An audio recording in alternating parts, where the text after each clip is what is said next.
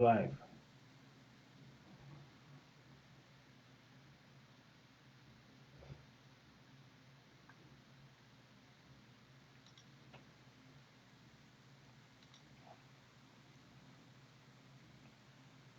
Okay.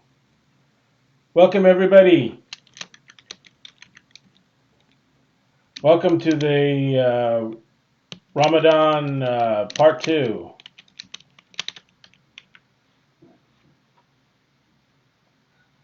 How's everybody today?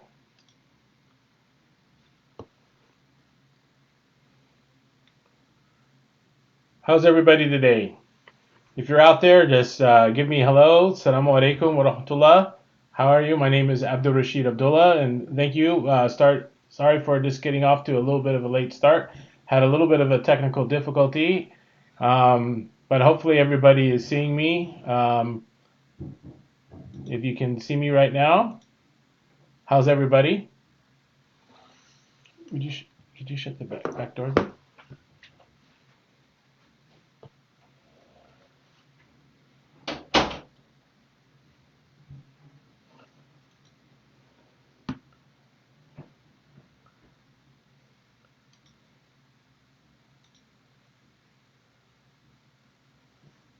You only see the picture. Okay, they can see it. Okay, great. Okay, great. Okay, great. So everybody can see me then. Good. There's a little bit of delay and everything, so just kind of getting used to it. Wonderful. Oh, it's now disappeared. Okay. They can hear you though. Okay, great. Oh, wonderful. Great, great. So thank you so very much, and great. So we have okay, great. Thank you so much. Appreciate it. So we're going to have a good presentation today, kind of getting used to running this here and switching in between here. So I'm here with me and my wife. My wife is right here with me. So she's joining in. Um, so and I have a little bit of a presentation for you. And let me just switch to the next slide here. We wanted to talk a little bit about my background. So I was raised Roman Catholic in Northern California, and I became a Muslim in 1990 while I was in college. And funny little story. Um, just before Thanksgiving time frame, I became a Muslim, and I came home to attend my Eagle Scout Board of Review. And so it was just a few days before that I became a Muslim. I attended my Eagle Scout Board of Review. So I like to say that I achieved all my requirements to become an Eagle Scout as a Roman Catholic, but then I actually became a Eagle Scout as a Muslim. And about a year later, I left college and entered in the United States Army and became a parachute rigger. About 7 or 8 years later, I got out of the Army and I entered into a career in information technology. And when I got out of the Army, I was living in Hawaii. And I already had married my wife, as you've met her already. Little known fact, a lot of people, when they see my name, I changed my name actually while I was in the Army. I changed my name to Abdul Rashid Abdullah. So everybody thinks I'm Arab. Um, because when I pronounce my name and I say Arabic words like Assalamu alaikum wa rahmatullah, Bismillah ar-Rahman ar-Rahim, Alhamdulillah Rabbil Alameen, they say, oh wow, you have wonderful Arabic, you pronounce Arabic really well. But no, I'm actually Italian German background. And specifically, I'm Sicilian. My mother is of Sicilian background, um, and my father is of German background. And my wife, she's from Malaysia. And she took her undergraduate school in England. Where did you go to school again in England? I always forget. Newcastle upon Tyne. Newcastle. Northeast. Northeast, yeah. And she loves fish and chips. She loves her fish and chips. And then she went to graduate school at the University of Technology in Malaysia. Um, and she actually was a mechanical engineer by her schooling. She got her engineering degree. But now that's not what she does. She loves to teach Malay culture and Malay language. So she's a curriculum developer and instructor. And funny thing is, because she teaches at the Foreign Service Institute, a lot of her students tend to be LDS. So because I'm also heavily involved in scouting, a lot of people I come across are also LDS faith. And so it's very interesting. Both her and I learn a lot of people. We have a lot of interaction with people of LDS faith. So it's very, and that's how I came to know about this group. So that's a little bit of background. Um, so let me give a little bit more. Let me proceed. Um, we were asked to talk tonight about suhoor and iftar.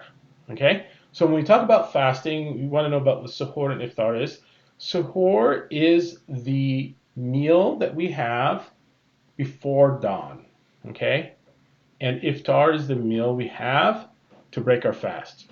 So we want to give you a little context, and everything that we do in Islam is comes from our authentic sources. The first authentic source is the Quran, the Holy Quran. And so, therefore, I want to give you this reference, the Quran, chapter 2, verse 187. This is Surah Al-Baqarah, the chapter of the cow. And it says here in English, this is a translation of the Quran. And it says here, and eat and drink until the white thread of dawn becomes distinct to you from the black thread of night. Then complete the fast until the sunset. So what's very interesting here in this particular verse, because you might want to know, hey, what if you are in a place like Alaska? Some places really high north, when it's almost like they almost have no sunset, almost no nighttime, right? The night of the midnight sun, as they call it, right? So how do you really know when to break your fast? Those kinds of questions, right? How do you know when it's really the dawn? So God, Allah, as we say in Arabic, it describes, he gives a very distinct, there is a thread that actually distinguishes the dawn from the night. So those of you who might be sailors or might be who may have been out there in the desert or anything like that, you probably have seen this really distinct uh, thread that God is talking about, this white thread of dawn, and this black thread of night. You might have seen this distinguishing. So I wanted to bring that up. This is one thing, and I'm not going to go into a lot. There's a lot more discussion that can go on about this, and it can go on for like an hour. But I'm just giving little highlights here. There's a lot of questions that could come out about this, and the scholars go on a lot. But just highlights here. And so it's very important. It's not compulsory, but it's highly recommended to take the suhoor so this is a hadith from one of the very authentic. We call it sahih. Sahih means authentic or sound.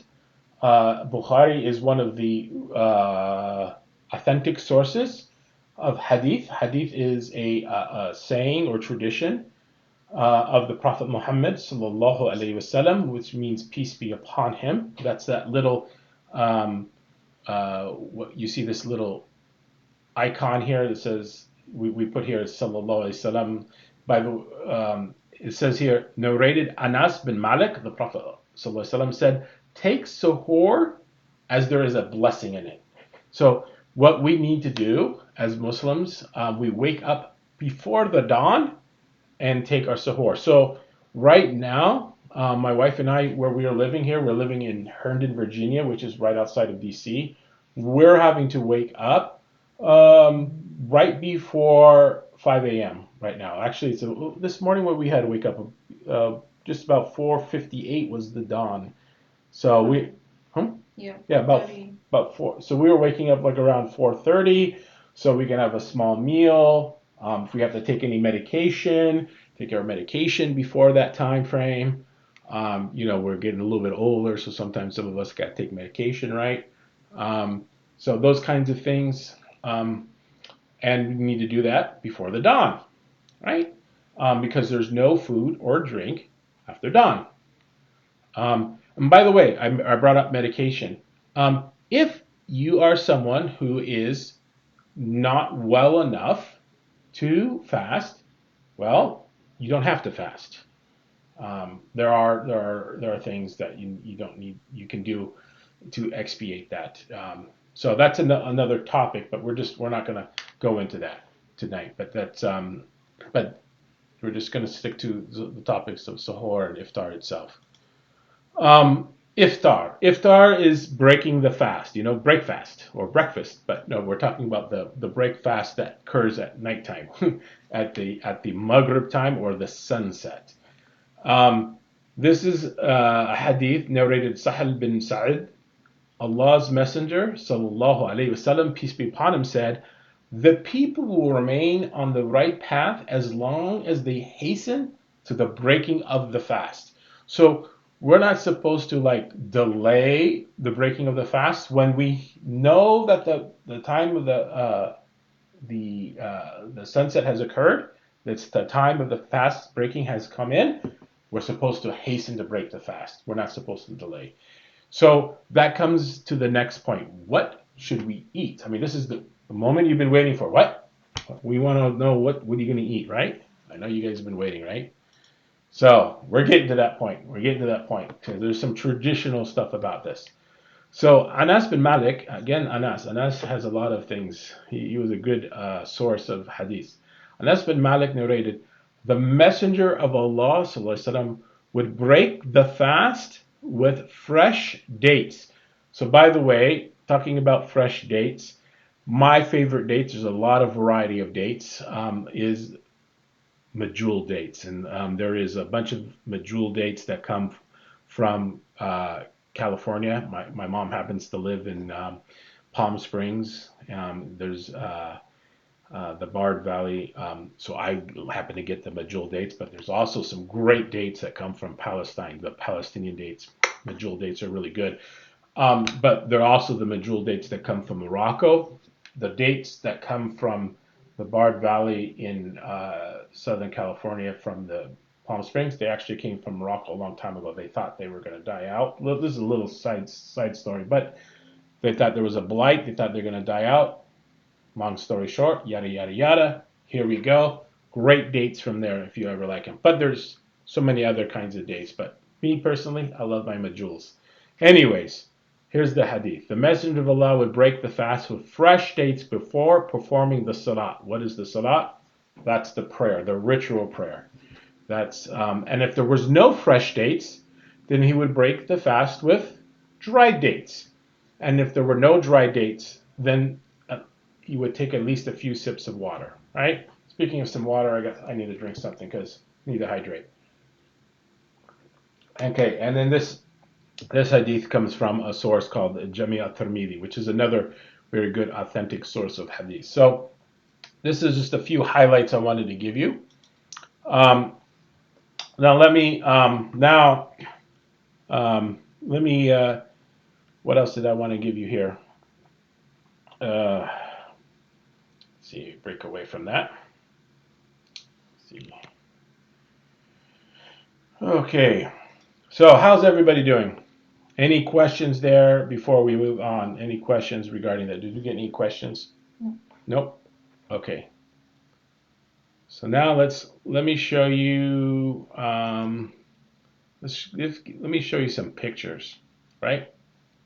I think what we want to do is show you some pictures, because you want to see some good food. So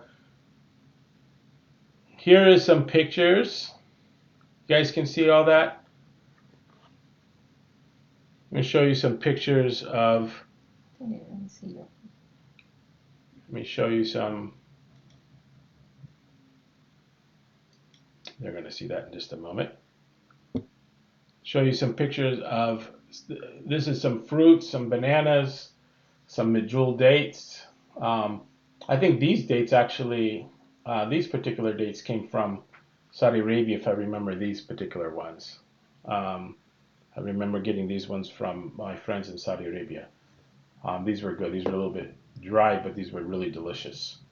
Maybe Very you sweet. can explain why we start our iftar with something sweet normally. Yeah, that's a good point. So if you think about it, yeah, why don't you mention that? Why do we start off our iftar with something a little bit sweet? One of the reason because so that your stomach not going to get a culture shock.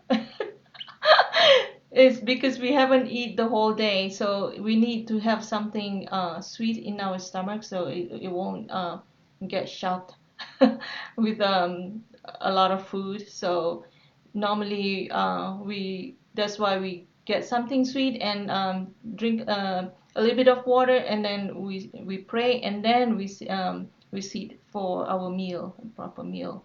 So just give some a little bit of energy first before we swallow the rest of the food. Yeah, that is correct. So so having some dates, and dates is a really great food, as you know. Dates is an excellent food source. Good source of our Good. nutrients. It's a whole food. It's great nutrients. It's a superfood, right? Excellent food. So this is some dates. Let me give another food. So then, of course, a lot of people when they think, and this is like a here in Malaysia. Here you can see them setting up for the iftar outdoors, and this is in front of the what? This is Merdeka Square. Or is this? Yeah. This is yeah, the Independence Square. They're setting up for iftar. You can see them setting up um, for the iftar. So a lot of times, and this is obviously pre-pandemic time, but this is a photo, and they're setting up to have an iftar here. A lot of times in Muslim countries, um, they love to have large iftars um, and show. Let me see if I can make this a little bit larger for everybody to see. So if I can add to it, during Ramadan, one of the things is encourage us to do is to feed people who's fasting, or feed people who in need of food. So very common in Muslim countries, you will see a lot of people feed others. So we invite people to come over and break fast with us. And in Malaysia is very common activities to do, and not only among the Muslims, but we invite people with all sorts of background. So one of these iftar or breakfasting that they do in Malaysia is they have like they open they use open space to invite people from all sorts of background to experience iftar together. So as you can see in that pictures, it shows how people get ready and prepare the iftar by putting food in an open space, and then everybody will wait for the adhan, which is call for prayer, and then they eat together. So this is a very common thing. Another common thing is that all mosques will provide food, so people can just go, they don't have to cook. They can just go to the mosque and get some food from the mosque themselves. So if you feel like you don't want to cook, you just go to the mosque. So it goes the same with here in Virginia. We have our mosque that open for anybody to come and to eat. So if you feel like you do not want to cook today, you just go to the mosque basically. It's advisable, it's encourage people to give food, to give money donation during this time period, because it says that one good deed during this time, you can get multiple rewards. So people like hurry in giving sadaqah, or what we call donation, or money, in terms of money or whatever. Um, so this is one of the pictures before the COVID. Then you can see people preparing for iftar there. I kind of like miss this this situation here. Even now with COVID, I don't think they're gonna do it again. But you can still see it at the Another masjid, at the mosque. Another thing is that sometimes we would get food from our friends. You can see that this is like a to-go container. This is some meat with a sticky rice and cucumbers and tomatoes. This is like actually glutinous rice. So it's actually kind of fatty, this particular dish, but it's yummy. So this is not something I'd eat often. Um, but to be honest with you, uh, a lot of foods that we particularly eat on a more regular basis is a little bit more healthy. This would be a dish we would probably eat for a sahur. It's just actually a simple porridge, a rice porridge. This is a little bit of a chili paste just to give it a little bit of kick. Of course, you see some eggs, and then this is a fried onion. Again, just a little bit of flavor because we're kind of used to some spicy stuff.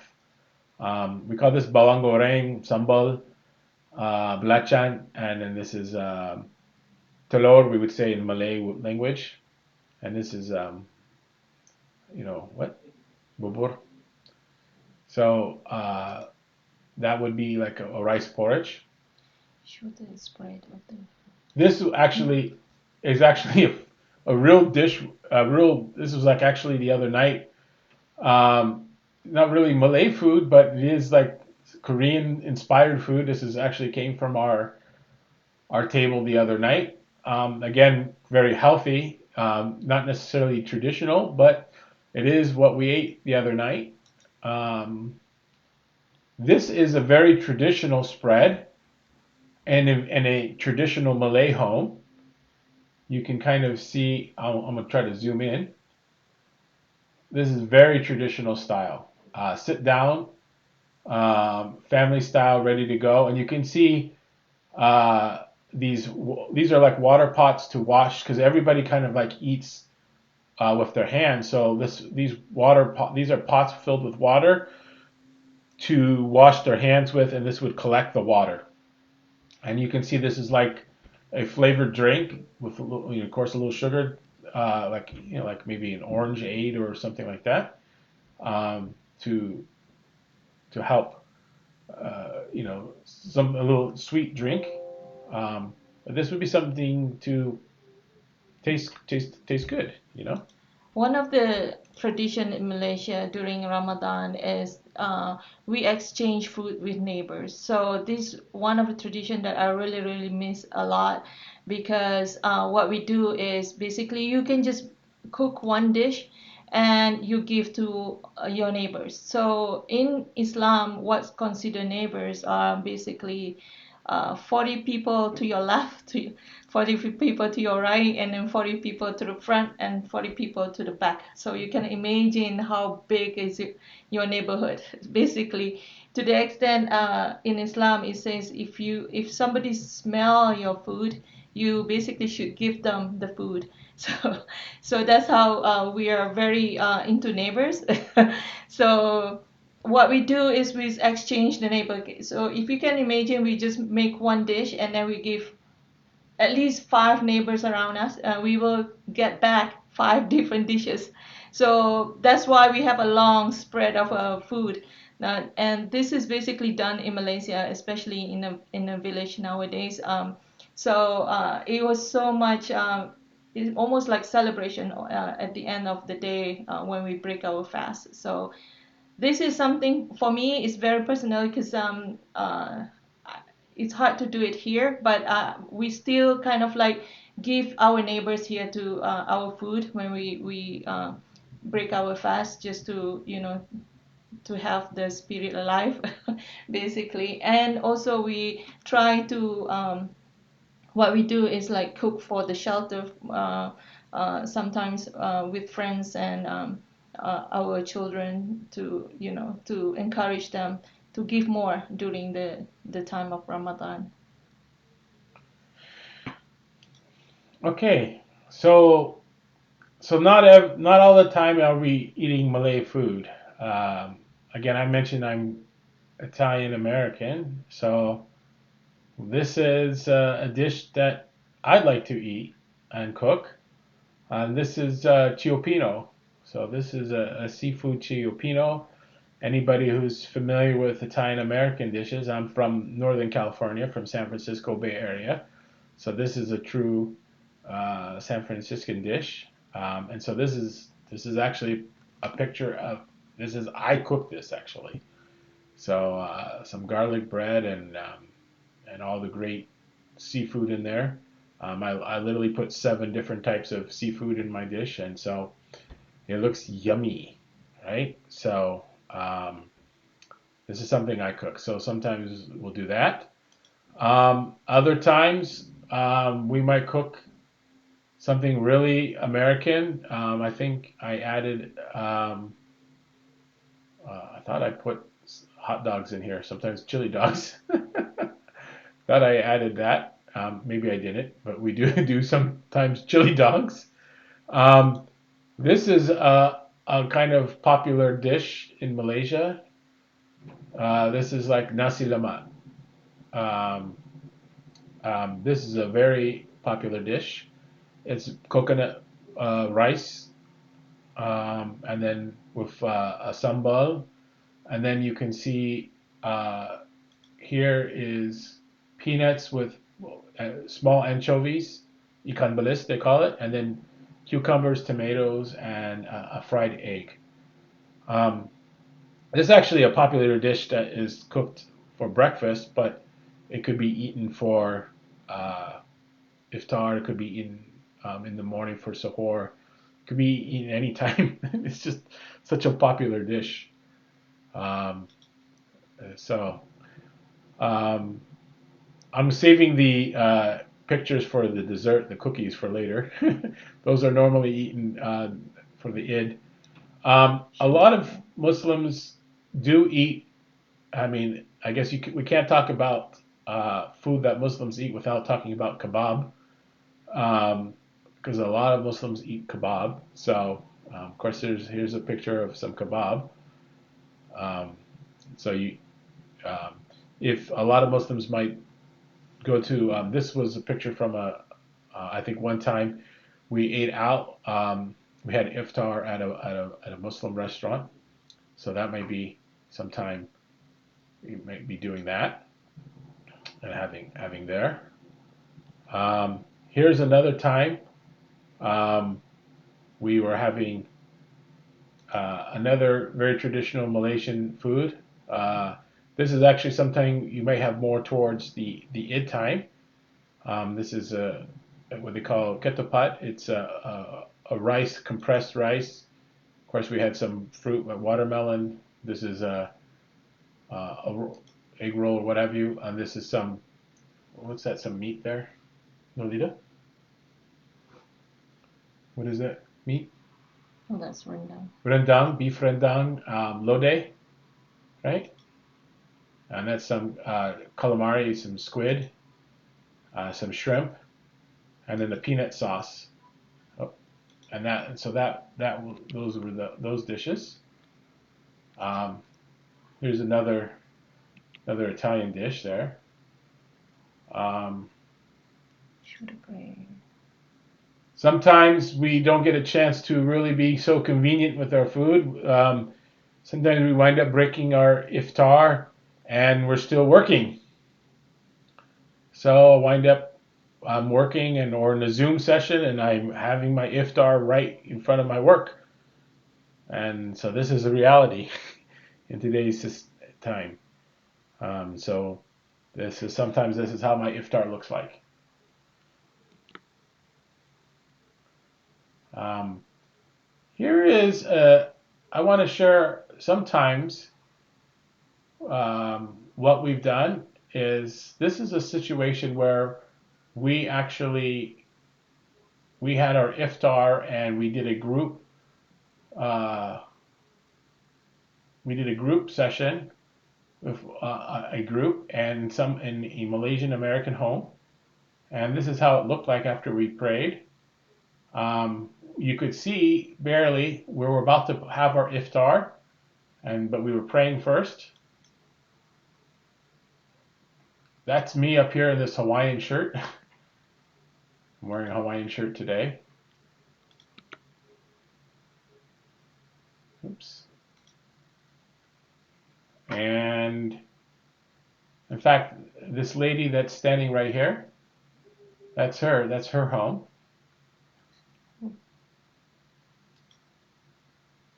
Um, and we were actually doing some scouting activities, assembling some food to feed some hungry people. We did an activity with our scouting unit before we went, and we had given the opportunity to talk more, and we delivered the food. So, because during Ramadan, it's a good time to help feed others.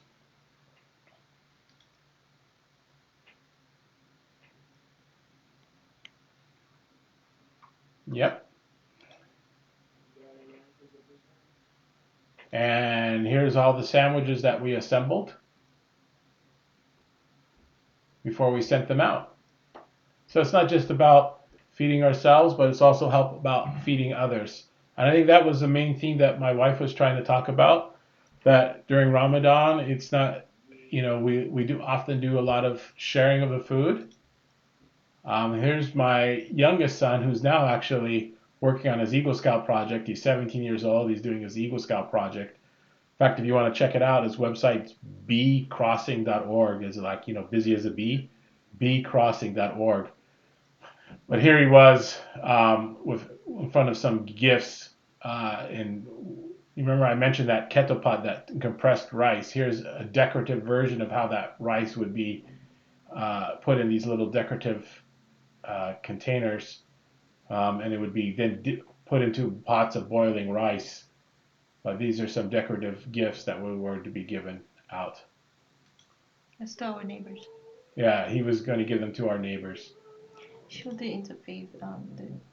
So this is some pandemic time, you can see, and this is food being dispensed and shared in the neighborhood. So this is another common view or pictures you can see if you are in Malaysia. They feed the homeless people. There was a lot of them homeless people. So it's very common to there's a lot of people during this time will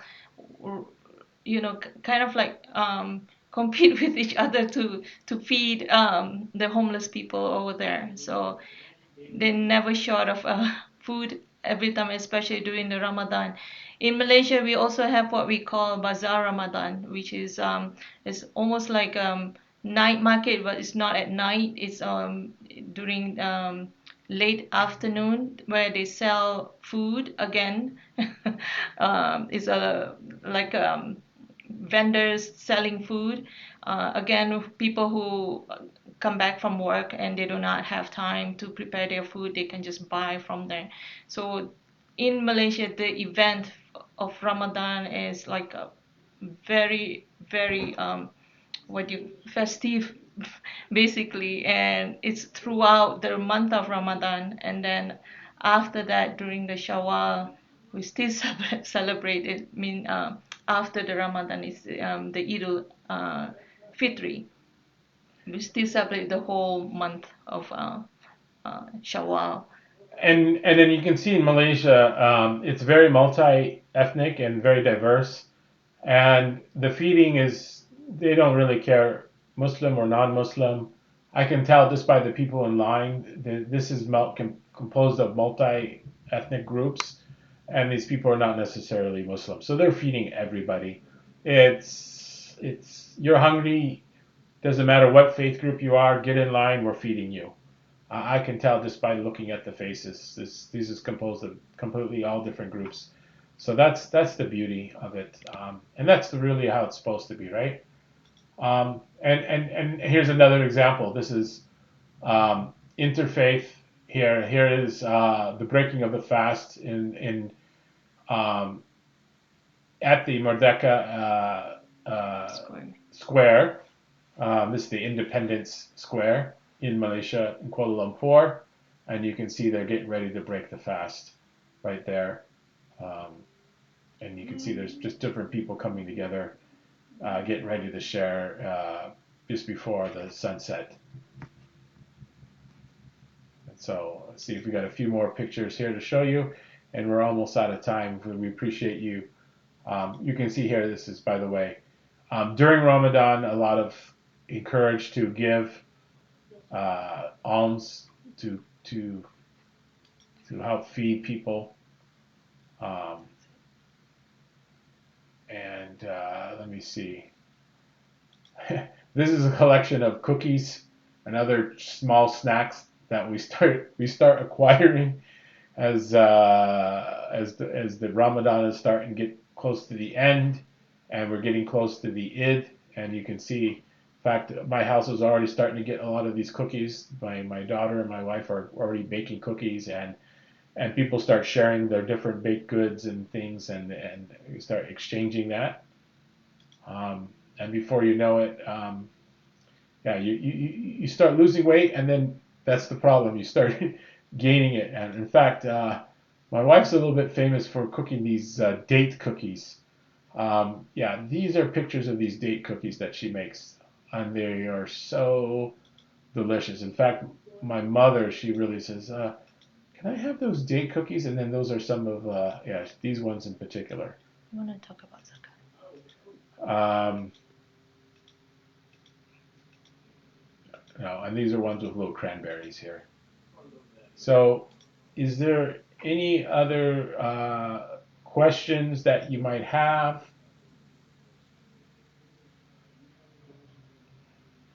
This is this is what we have. This is the suhoor and iftar. These are some of the traditional meals. We kind of gave you the Malaysian twist on it because that's where we're coming from, Malaysian, maybe Italian. Gave it to you from our family background.